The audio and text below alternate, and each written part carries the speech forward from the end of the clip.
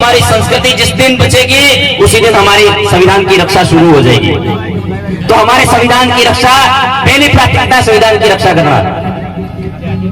तो साथियों, हमारे संविधान की वजह से हम उस मुकाम तक पहुंच पाए हैं। हमारे संविधान की रक्षा, संस्कृति बचेगी तभी संविधान बचेंगे। साथियों, उदयपुर से आए हैं और उदयपुर और यहाँ की दूरी 200 किलोमीटर पड़ती है। थोड़ी सी देर हमसे सुन लेते। तो सबसे पहले हमारे इस आदिवासी चिंतन शिविर छोटी सरवण की इस भासिया भील की वीर पावन धरा पर हमारे मंच पर राणा पुंजा भील, जयपाल सिंह मुंडा, बिरसा मुंडा, तिलका मांझी,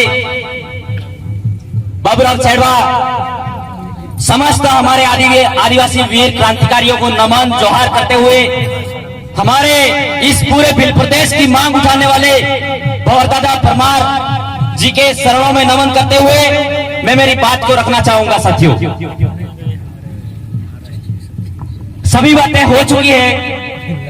महत्वपूर्ण बात कहा हूं मैं साथियों, वो मेन बात है शिक्षा। साथियों, कहीं ना कहीं अपनी पढ़ाई में भूल हो रही है, इसलिए हम हमारी आवाजों को उठा नहीं पा रहे हैं और हमारी आवाजों को हम आगे तक पहुंचा नहीं पा रहे और हमारे इतिहास को हम जान नहीं पा रहे। साथियों, दोस्तों, 17 नवंबर 1913 यानी कि आजादी से पहले भी हमारे गुरु गोविंद जो भील आदिवासी थे और पुंजा भील आदिवासी थे, वो भी यही कायम करना चाहते थे, भील राज घोषित करना। जो आज भंवरदादा ने इस चीज का गहन अध्ययन किया और भंवरदादा ने इस आदिवासी परिवार का इतना बड़ा कारवा खड़ा किया। साथियों, जो 1913 में जो घटना हुई थी हमारे समाज के, हमारे आदिवासी परिवार के, हमारे भील भाई जो 1500 मारे गए, 1500 नहीं मारे गए थे। साथियों, ये बहुत सोचने का विषय है। बहुत ही ज्यादा मारे गए थे। तो उन व्यक्तियों को काउंटेड में नहीं चढ़ाया गया, 1500 ही चढ़ाया गया। तो दादा ने जो आदिवासी परिवार का जो कारवा खड़ा किया है, ऐसा का ऐसा कारवा था 1913 में, आजादी से पहले गुरु गोविंद हमारे लिए भील प्रदेश की मांग उठा रहे थे और वो भी यही कायम करना चाह रहे थे। तो साथियों, हमें सबसे पहले इन्हें सभी बातें हो गई, पढ़ने की जरूरत है संविधान को। किसको पढ़ने की जरूरत है साथियों?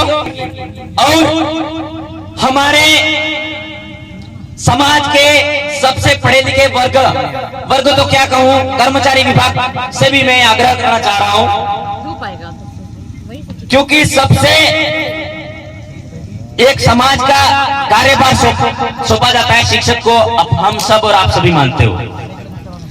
कहीं ना कहीं हमारे शिक्षक वर्ग के लोग भी और अच्छे अच्छे पोस्ट पर RS IAS प्रोफेसर बन जाने के उपरांत भी हमारे समाज की संस्कृति को नष्ट करना चाह रहे हैं और नष्ट कर रहे हैं। वो कैसे? मैं सबसे महान उन व्यक्तियों को मानता हूं कि हमारे समाज के अनपढ़ व्यक्ति जो पढ़े लिखे नहीं है, वो भी हमारे समाज की संस्कृति और रीति रिवाज बचाने में महत्वपूर्ण योगदान है। साथियों, हमारा जो शिक्षा लेने के उपरांत अच्छी पोस्ट पर चले जाने के बाद भी व्यक्ति हमारे उस संस्कृति को नष्ट कर रहे हैं, तो वो संविधान को नुकसान पहुंचा रहा है। वो कैसे? जैसे हमारे गांव में आसपास शादियां होती है, बहुत महत्वपूर्ण बात करने जा रहा हूं साथियों में। हमारे आसपास में शादियां होने जा रही है, तो शादी होती है, मतलब एक तरफ हमारे गरीब लोग होते हैं, आदिवासी होते हैं, और एक तरफ होते हैं जो अच्छा पैसा प्रोफेसर लेक्चरर होता है। तो हम मानते हैं चलो पैसा है तो सब सुविधा अवेलेबल करवा दे, खाना अच्छा खिला दे, वो चीज तो सब सही है। लेकिन हमारे समाज में हमारे पुरखों द्वारा दी गई संस्कृति थी अभी अभी देखा गया होगा, आपने सभी ने देखा होगा, हमारे मंडप करते हैं तो जो पढ़े लिखे वर्ग के लोग हैं अब खेतर में स्टेज लगाड़ी ने ब्याह बनाए वोरे उबो बिहार दिन पसे पैसा लगवावड़ कपड़ा इकंडा इमु लगे सोफड़ के एक नौकर मिल जावे थी। हमारी ओरिजिनल संस्कृति थी कि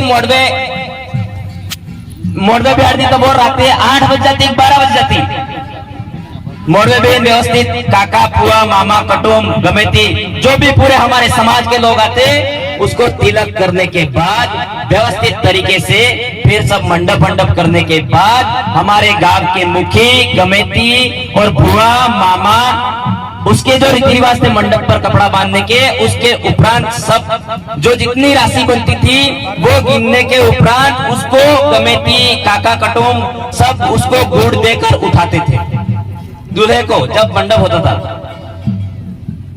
तो साथियों मैं कहीं ना कहीं हमारे समाज के पढ़े लिखे वर्गों को भी यही कहना चाहूंगा, क्योंकि हमारी संस्कृति जिस दिन बचेगी उसी दिन हमारी संविधान की रक्षा शुरू हो जाएगी। तो हमारे संविधान की रक्षा पहली प्राथमिकता संविधान की रक्षा करना। तो साथियों हमारे संविधान की वजह से हम उस मुकाम तक पहुंच पाए हैं। हमारे संविधान की रक्षा, संस्कृति बचेगी तभी संविधान बचेंगे साथियों। जय जवाहर, जय आदिवासी, जय भिल प्रदेश।